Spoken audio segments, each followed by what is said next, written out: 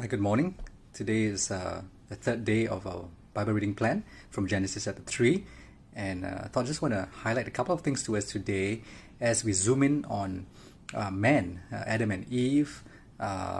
Besides creation, we now zoom in on the whole character of man and how man had responded, and interesting character traits that seems to show in this chapter of Genesis 3. Now, just a couple of things to highlight to us that is interesting, that is very prevalent even among ourselves today as we think about our behaviors and our actions. Genesis 3, verse 1 itself says this, the serpent says this: did God really say? This is a sentence that we are thrown into every time there's a doubt that sets in and someone says, did God really say that? Did he really say that? Did she really say that? And it's interesting how this continues to play in our minds even today. At the start of the year, did he really say that? As children, sometimes they are asked by their friends or their peers, or even as youth, or adults, are you sure you said that or not? Are you sure?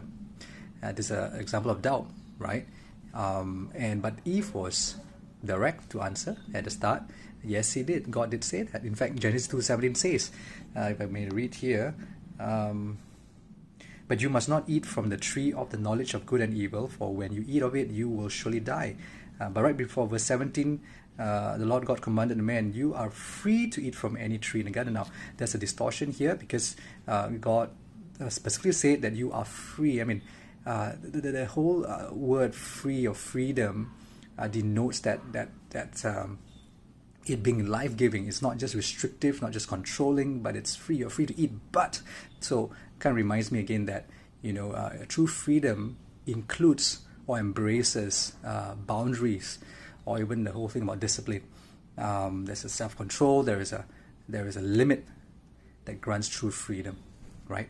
But of course, after woman says yes, he did.